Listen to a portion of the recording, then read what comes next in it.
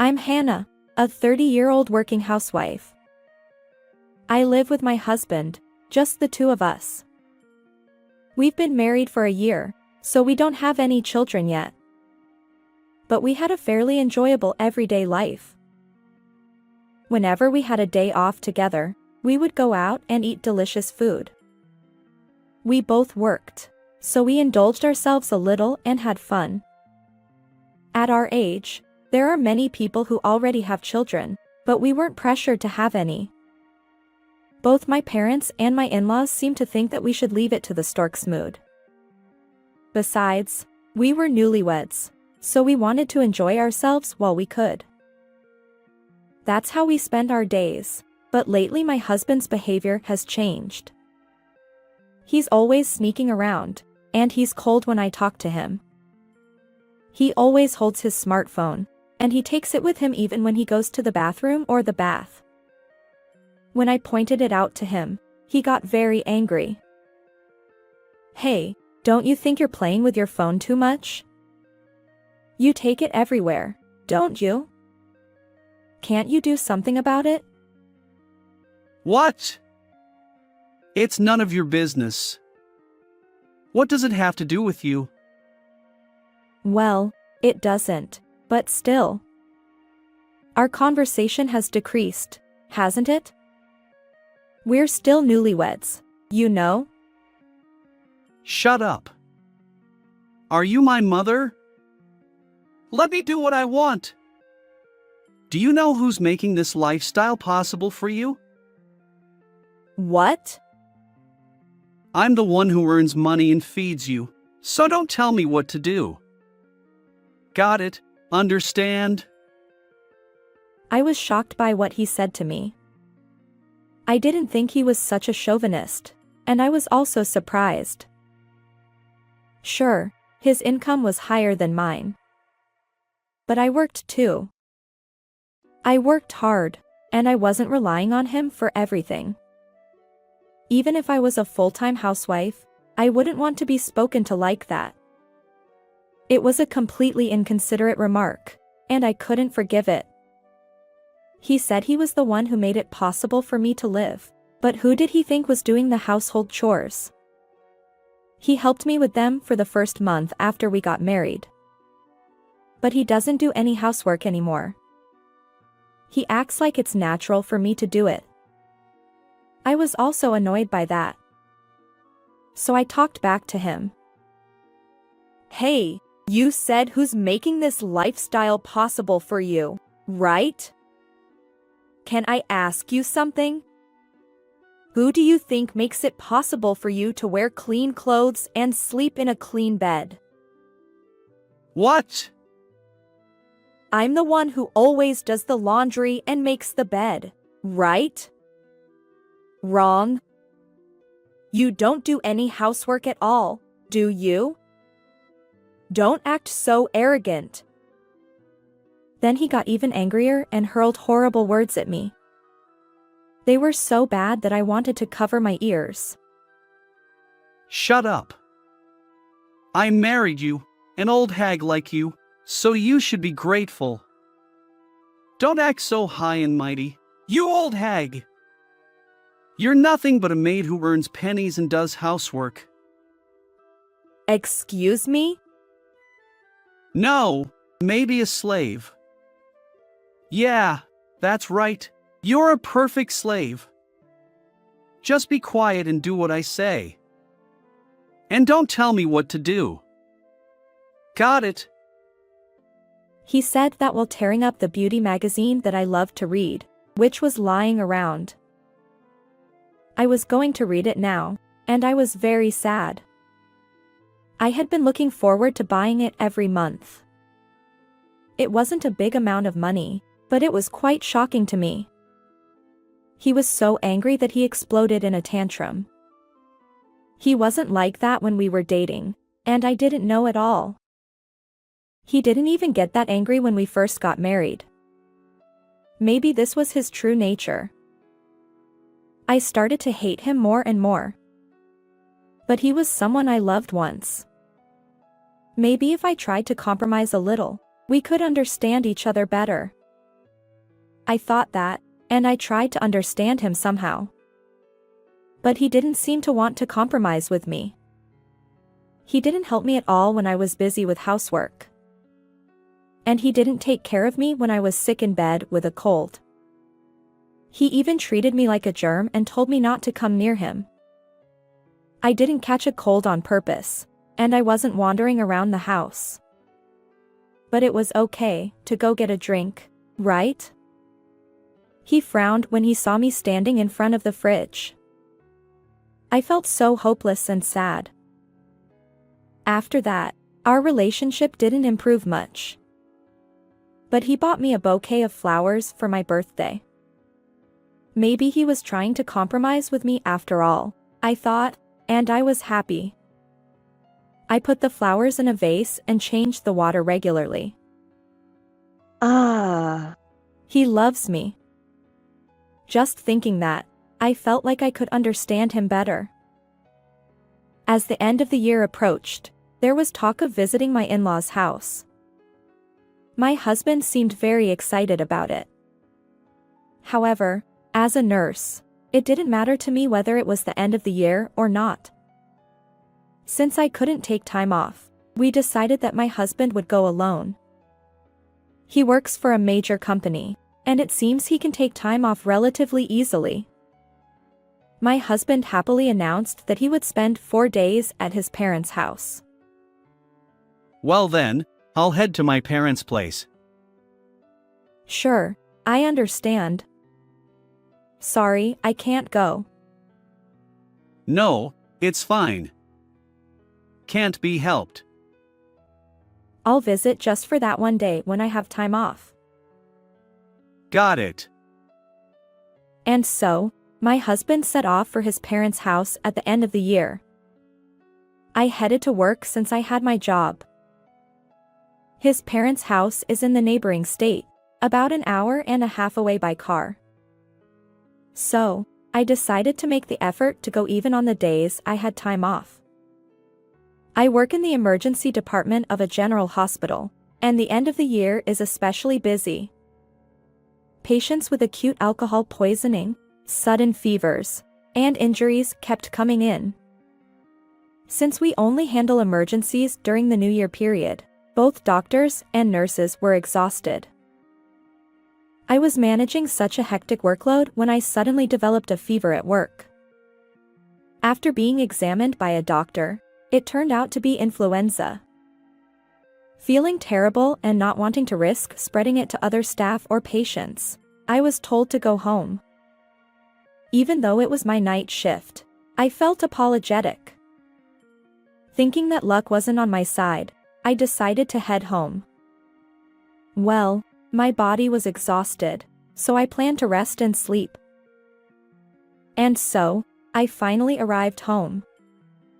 I unlocked the door with a click and stepped inside. That's when I heard the sound of the shower. Our house has a bathroom right near the entrance. So, the sound of the shower was clearly audible. As I stepped inside, I caught a faint scent of perfume I had never smelled before. I realized everything, but for now, I decided to send my husband a message. Somebody is in the house. Hey, what should I do? It must be a burglar. Run away now. Okay. He must be cheating on me, I'm sure of it. And with some woman I don't know, in this house. He didn't love me after all. I was so happy when he gave me that bouquet of flowers that day. I felt betrayed and full of anger. But I quietly closed the door of the house. I didn't want them to notice me, so I closed it as quietly as possible. Then I contacted all of his relatives on his side. Of course, his parents too. Our house is an apartment, and the parking lot is a multi-story one. So they wouldn't find out if I called from there. After waiting in the car in the parking lot for a while, relatives and in-laws arrived. They had quite angry expressions, especially my mother-in-law, who looked furious. And when I gently opened the door again, my mother-in-law burst into the bathroom. What are you doing? Oh no! Eek! It seemed that my husband and his young affair partner were playing in the bubble bath. Perhaps they had already showered. Even in the bathroom, my husband was holding his phone, but he dropped it into the foamy water. He must have been recording something scandalous. "You've really gone and cheated on me, you scoundrel." Wait, listen. It's not what you think. It's not exactly cheating. What's different? Doing something like this with a woman I don't even know. No matter how you explain it, it's still cheating, isn't it? My husband looked like he was about to cry as he glanced at me. Even the affair partner, tears in her eyes, looked up at me. I absolutely couldn't forgive these two. So, I took out my phone and played back the recording. The truth is, when I entered the house earlier, I had recorded their scandalous conversation. This is undeniable evidence of the affair. This conversation definitely sounds scandalous, doesn't it? How are you going to explain it? Well, you see, it wasn't serious, just fooling around. My husband's foolish explanation set off my mother-in-law's anger. And she yelled at them like crazy. What do you mean it's not cheating? Don't you feel sorry for Hannah? I didn't know you were such a fool. The quiet father-in-law was also angry and scolded his son. He was very gentle, but I was surprised to see him so angry. And the relatives around them also started to blame them. The husband was cowering in a shameful state. The mistress had already started crying. You said you had something urgent to do today and left, but you were doing this. You did this to have fun cheating. Well, You're no longer my son or anything. You're a stranger from today. what?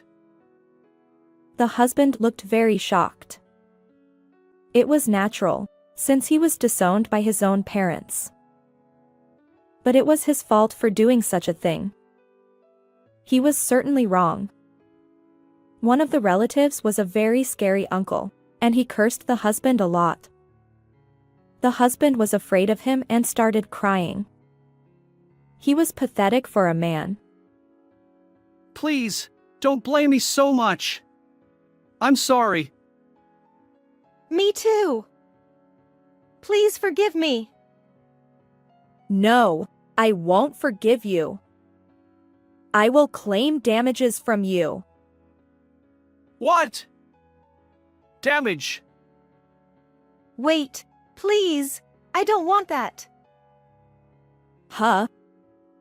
You committed adultery, so you have to pay. If you didn't want to face legal action, you shouldn't have done such a thing in the first place. The cheating partner cried more and her eyes turned red.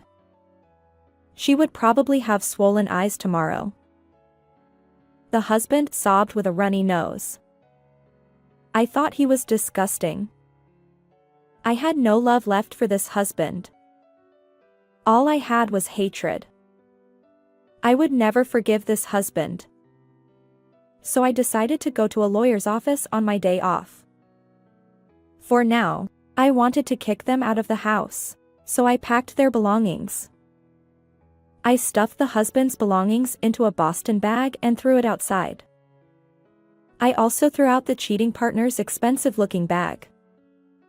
I kicked out the husband and the cheating partner and told them never to come back. I don't need dirty people in this house, so don't come in anymore. Bye. Wait! Please let me in. Shut up, Be quiet. Ugh. Oh. The in-laws and relatives left by car. The husband and his lover were having a lover's quarrel outside. They were arguing about who invited whom today. Listening to them, I thought they were idiots. They were so noisy that they might bother the people in the other rooms, so I called the police. The husband and his lover were warned and dispersed. That day, of course, the husband didn't come back. He probably went to some business hotel or somewhere. I didn't feel lonely or anything. I felt refreshed. More than that, I had a fever and felt terrible. When I was yelling at my husband, I had forgotten that I had a fever, but I remembered it. I felt drained, so I changed my clothes and collapsed on the bed as soon as I got there. There were some emergency retort foods and drinks in the house. I thought I could manage without anyone. But what on earth was my husband thinking? He said he was going back to his parents' house, but he lied and came back home to cheat on me. I was really disgusted. He knew I was working the night shift and he targeted me that day. How much did he look down on me? I told the relatives and in-laws that I had the flu. I felt sorry for them if I had infected them because I was there. But I didn't hear from them for 2 days, so they must have been fine. But on the 3rd day after I kicked out my husband, he contacted me. He said he had a fever and felt terrible. He must have caught the flu. I wore a mask and stuff, but I must have infected him somehow. And his lover was also delirious with fever. They had a fight, but they were staying at the same business hotel. They both couldn't move and asked me to help them. Despite feeling bad too, what were they talking about? Genesis and I have a high fever and are delirious. Please come and take care of us. I'm sick with the flu too, so no way. Besides, what are you saying after cheating on me? Don't say that. You're a nurse, right? You're so cold. Did you think I would do anything for you because I'm a nurse? I'm a human being too. I don't want to take care of you. Do whatever you want. So you're saying it's okay if I die? Yes, go ahead and die. I don't care, and besides, you won't die so easily. You have thick skin, don't you? How could you? Oh, by the way, I'll go to the lawyer's office when I get better. I have a day off on Monday, maybe I'll be fine by then, right? Hey, are you serious about asking for compensation? I can't pay that. I gave a lot of money to Genesis. I don't care. You gave it to her willingly, right? I'll make you pay even if you have to borrow money. Be prepared. And I went to the lawyer's office when I recovered from the flu. I divorced my husband and got compensation from both of them. The lawyer helped me in a favorable way and I was able to get divorced. And I got a lot of money from both of them. My ex-husband had given a lot of money to his mistress, so he ran out of savings after paying me. And his mistress had a fiancé even though she did such a thing. So she had to pay him too. They deserved the punishment from heaven, and I couldn't stop laughing. After that, my ex-husband who recovered from the flu went to apologize to his parents' house. But they turned him away. He contacted me again. He wanted me to let him in the house. But I had no intention of doing that. I decided to move out quickly. My ex-husband said he was supporting me, but I was the one paying the rent. Of course, I was the one who signed the contract. so I was free to move out. I had his parents pick up his stuff. My mother-in-law kindly accepted it and I was grateful. After that, I deleted his contact information. But I heard from a friend that he lost his job and disappeared. His mistress was a coworker of his, but she was harassing other women. She was so disgusting. Now, I live comfortably in a different apartment. I'm busy with work, but I'm happy and have no problems. Life is long, and I want to get married again if I find a good partner. I'll make sure to choose carefully next time. How did you like this story? Please subscribe to the channel. See you in the next video.